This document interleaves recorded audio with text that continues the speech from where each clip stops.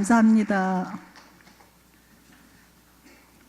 이 시간에는 우리 김윤기 목사님께서 공동체를 살리는 헌신이라는 제목으로 말씀을 전해 주실 때 은혜 많이 받으시기 바랍니다.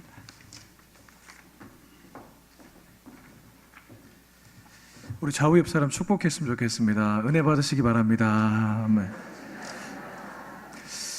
오후에 찬양을 이렇게 잘하기가 쉽지 않은데 짱이었습니다. 오늘 우리는 디모데후서를 읽었습니다. 이 디모데후서는 바울의 마지막 편지로 알려져 있습니다. 근거가 있습니다. 디모데후서 4장 6절과 7절 말씀 보면 유명한 구절이 나옵니다.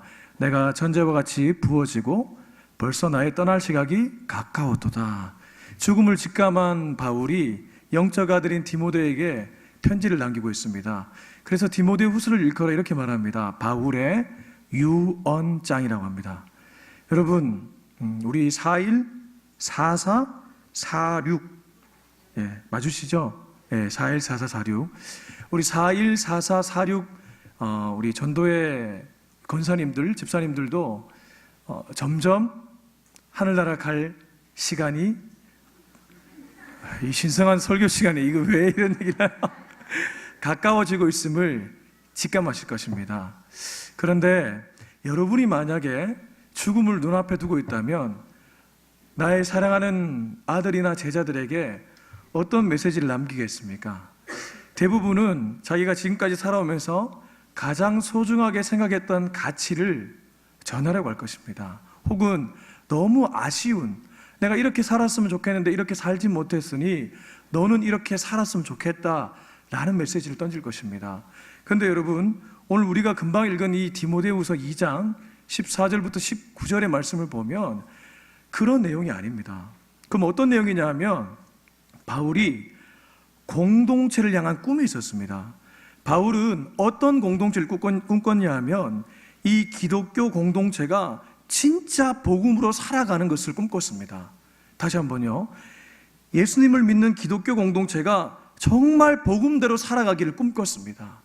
그런데 사단 마귀가 이걸 그렇게 싫어하는 거예요. 그래서 이 공동체가 무너지는 것, 그거를 극도로 싫어하는 사람이 바울이었습니다. 자기의 유언장을 남기는데 공동체에 대한 얘기를 하고 있단 말이죠. 그런데 저는 이 말씀을 읽으면서 야, 바울이 정말 똑똑한 사람이었구나 라는 것을 깨닫게 되었습니다. 여러분, 교육학 용어 중에 잠재적 교육 과정이란 말이 있습니다. 좀 어려운 말이긴 한데, 잠재적 교육 과정이란 말은 우리가 중고등학교 시간에 국어, 영어, 수학, 과학 이런 과목들을 배우지 않습니까? 이런 것들을 일컬어 명시적 교육 과정이라고 말을 합니다. 눈에 딱 드러나 있는 교육 과정이죠.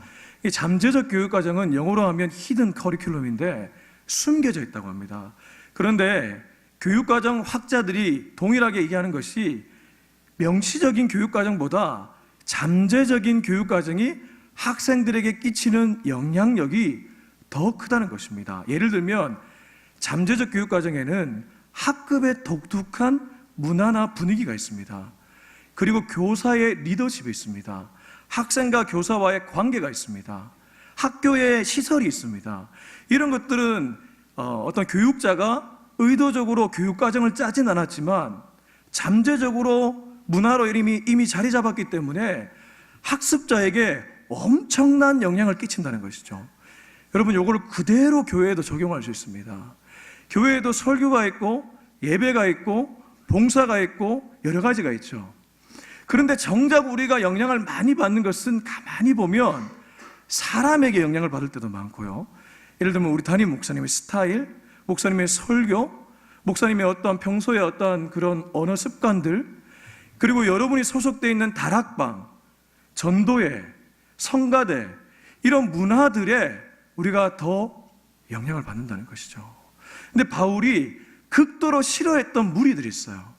이런 잠재적인 문화에 아주 악영향을 끼치는 무리들이 있었다는 것이죠.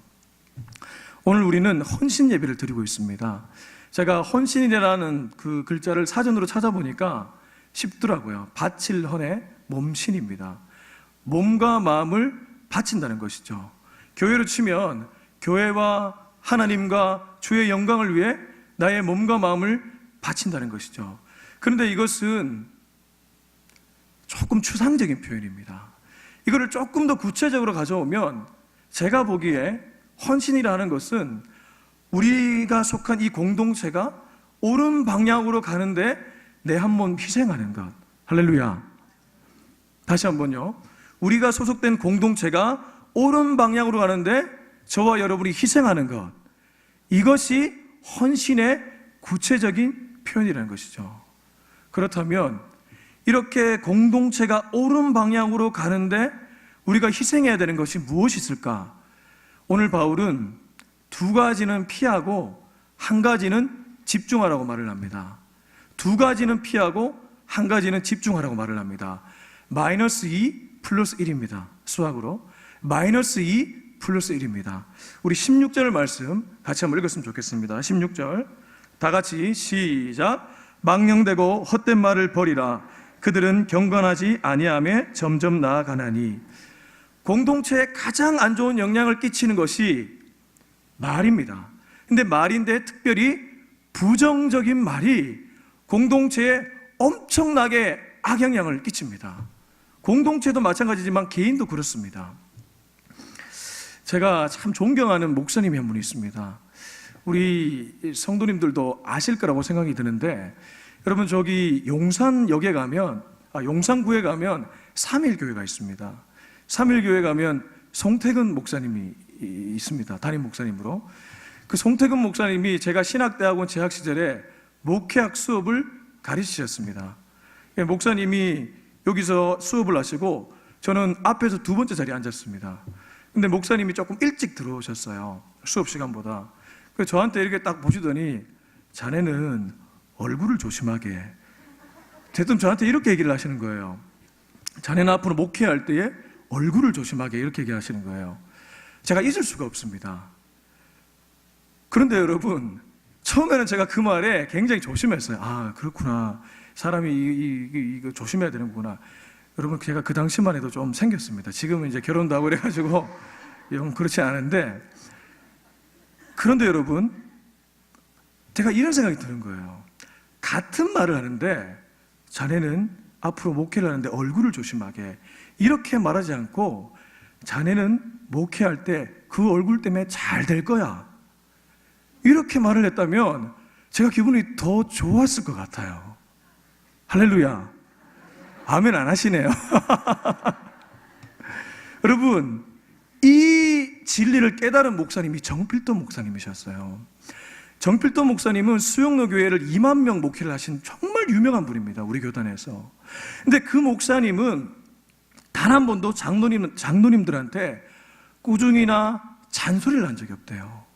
우리 장로님 볼 때마다 좋습니다. 여러분, 저는 솔직히 말하면 안 좋을 때도 많았을 거라고 저는 생각합니다. 그런데 그런 말을 절대 입 밖으로 꺼내지 않는 거예요. 그 말이 씨앗이 돼서 정말 그 장로님이 좋은 사람으로 바뀌게 되는 것입니다. 할렐루야. 여러분, 부정적인 말을 버리시기 바랍니다. 부정적인 말은 너무 힘이 강합니다.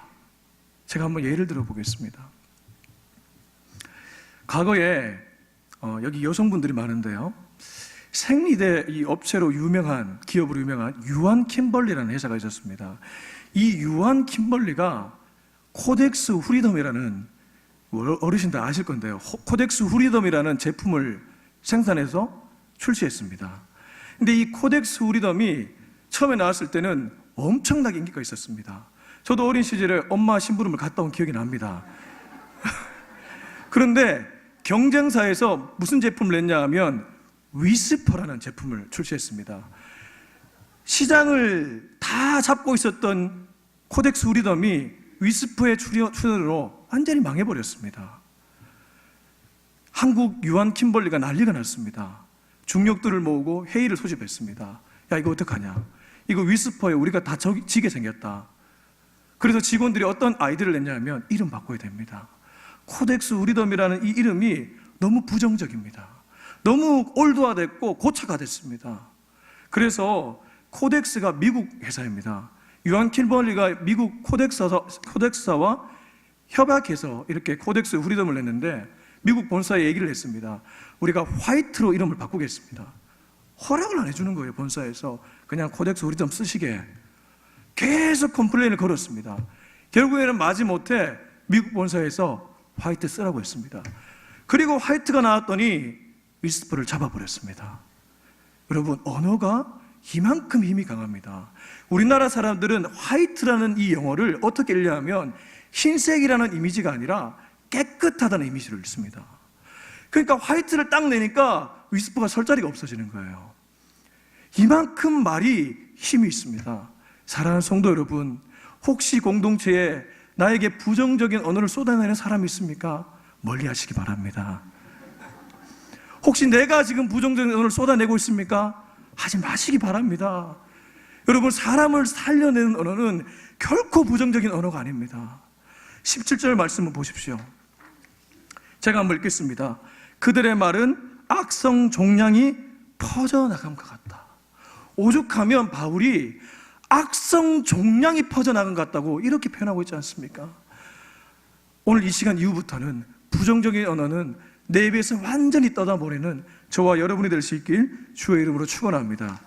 자, 그러면 두 번째로 우리가 멀리해야 될 것 18절 말씀입니다. 우리 18절 말씀 같이 한번 읽겠습니다. 시작.